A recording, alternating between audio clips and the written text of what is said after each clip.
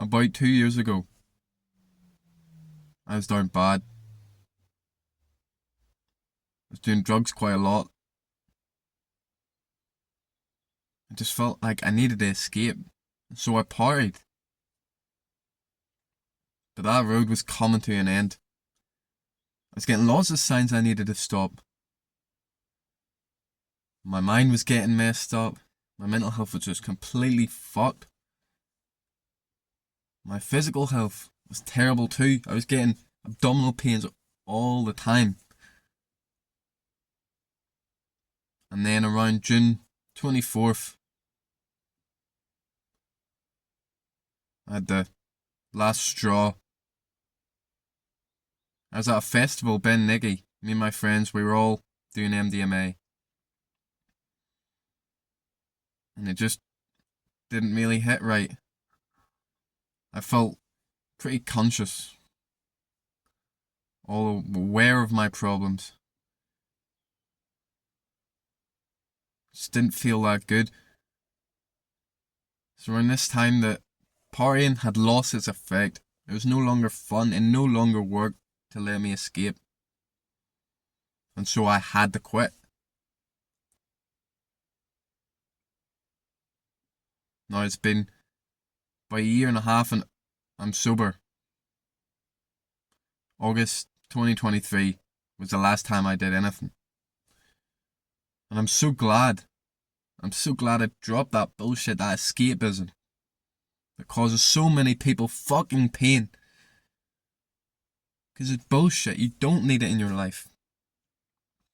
It ruins lives all the time. Takes lives every single day. And you're on that bandwagon.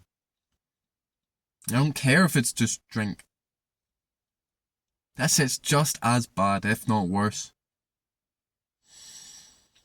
To level up, you need to get sober. See, when you run from the pain, when you escape, you don't know where you're going. You don't have any direction. You feel lost, unmotivated, unwilling to change.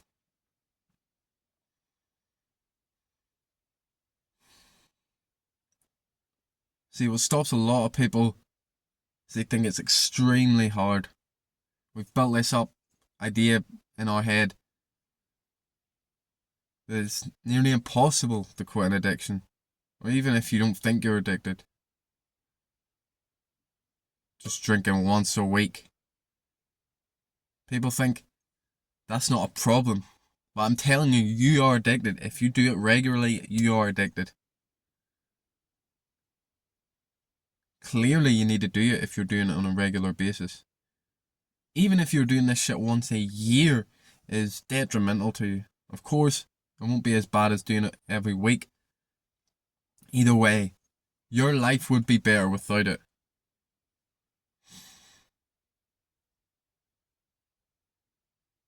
But see, this shit, it's not as hard as you think. It's not as hard to stop as you think. Don't get me wrong, it's fucking difficult. And that's where a lot of the fucking joy comes from. You're doing what most people can't. The only thing you really need to do is be patient.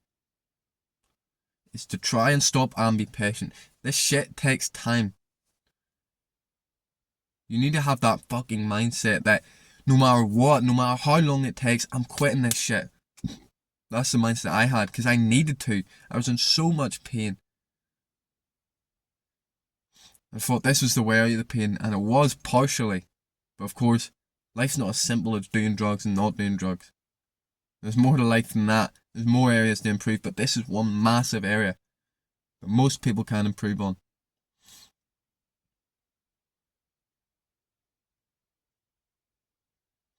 So you need to be patient. This shit could take years to quit, depending on how long you've been doing it. If you're like a 40-year-old who's been partying his whole fucking life, it will probably take you years to quit fully. Before it's completely removed, before you don't do any of it at all, ever. But that's normal, that's fine. It's just like anything that they say it's the journey, it's about the journey. You need to learn to enjoy the journey. Which is, of course, easier said than done, but it can be done. If you use this time to grow, to create a man that you admire. So if you're patient, if you really fucking want it, no matter how long it takes, eventually you will quit. You will find a fucking way to quit. That's the biggest thing. All these tips and tricks that people give you, they help, sure. But this is the massive thing. This is what separates people who quit, people who don't. Because people who don't, they give up. Sometimes people give up straight away. They relapse once, as if that's not supposed to happen, and then they go back to it. So fucking stupid.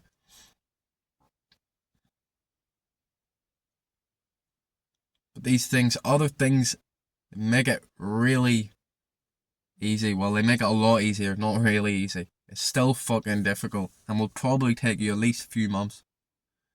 Maybe if you're just drinking like once a month, and you're not properly addicted, it'll maybe like a week, and you'll be off it. If you follow these steps. You need to get away from that shit. You can't be around the people who are drinking and doing drugs when you're trying to quit. Then of course you're gonna fuck up. You can't be going out to parties and all that bullshit. And I know it seems like your fun, your rest, your release for the week. I'm telling you, once you get through this, you'll just see all that partying. So stupid. It's not a fucking social event. It's completely antisocial. Everyone's trying to get out of this world. How can that be social? Everyone's trying to fucking escape and go away from themselves. That is not social at all. So get away from that bullshit. Don't be going out to parties. I know you maybe seem like you can be the one that doesn't drink, but at least for the first wee while, you can't.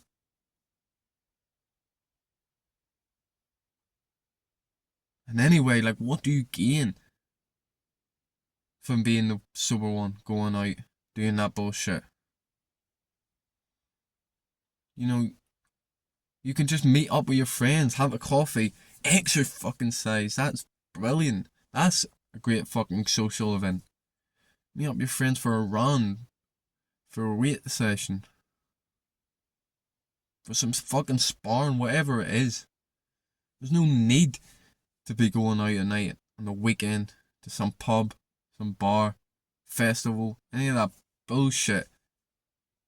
It'll just cause you pain. Next, exercise. Man, if you're not exercising, this is going to make it so hard. See, exercising will give you somewhere else to level up. If you focus on getting a nice body, that'll give you that feeling. That nice warm feeling that you're doing something. That you're achieving something. Fight the fucking calm down. The high of exercise is the only fucking way us humans can get high without something negative happening, without that calm down, without regret. This is the best way to get high. This is the only way we're fucking supposed to get high. Well, maybe sex. But those two things, none of this unnatural bullshit that wrecks our brains. This will be the best tool. If you exercise every day or almost every day, it'll help so much. It'll give you those endorphins that you're looking for. It'll make you feel okay. You just need to make sure you're fucking pushing it. None of this like walking on stairs, fucking walking up the treadmill in the gym or any of that bullshit. You need to go hard, intense to get you out of this world. That's what you're looking for, right? The escapism. So escape through hard, strenuous exercise. When you're at the height of physical performance, you forget about everything. Your brain's not going to be thinking about some fucking bill to pay when it's in fight or flight mode. Because you're fucking pushing so hard, sprinting so hard. Because you're on burpee fucking 300.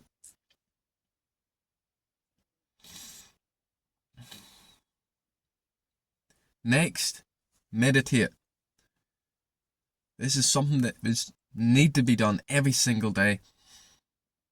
Nobody does this. Barely any people do this in the West. Many people exercise, but I haven't found one person I've met in my life who I know meditates. And maybe there's more, but there's one person I know for sure meditates. That's my fucking barber. Funny enough. But meditation, it creates that space between your thoughts and your feelings. That's what it's about. People think it's about being at peace, clear-minded, and it is in a way. There's some good benefits of it. But the main thing is realizing that you're not your thoughts. You're not your feelings. You're the awareness behind it. Think about it. I can perceive my hand because it is outside of myself. I'm not my fucking hand. If something is outside of yourself, then you can perceive it. So you're not your thoughts. You're not these feelings. And what are urges at the end of the day? It's a thought or feeling, most likely a combination of both. So if you're able to let go, if you're able to watch these and not get involved, it helps tremendously. I'm not sure if I would have been able to quit without it. Finally, read. When you read, again, it takes your mind off it. It gives you something to do, because you will be bored. If you were addicted like me, you will be fucking bored, because nothing's giving you that stimulation. But the key is to find the right fucking books. It doesn't really matter if it's self-help, non-fiction, fiction, whatever. Just find a book that you fucking enjoy. That's the main fucking thing you need to do. That's what we're trying to get. We're trying to get some fucking joy in our life during this bleak period. It'll help you so much. See, I discovered I actually liked reading. I used to hate reading when I was in school because I was forced to read, and I thought, I don't like reading. But then when it was my choice and I chose the books I liked, I chose the books I read, I tried it and I fucking loved it.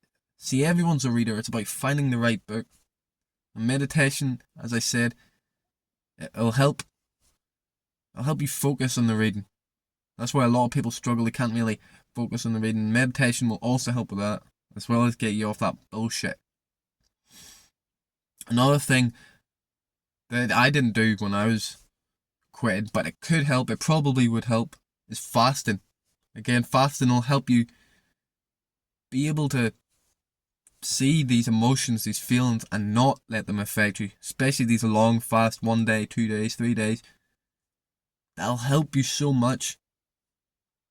And like, just being able to be stoic, not get involved in feelings. And it may help you lose weight if that's also a fucking goal.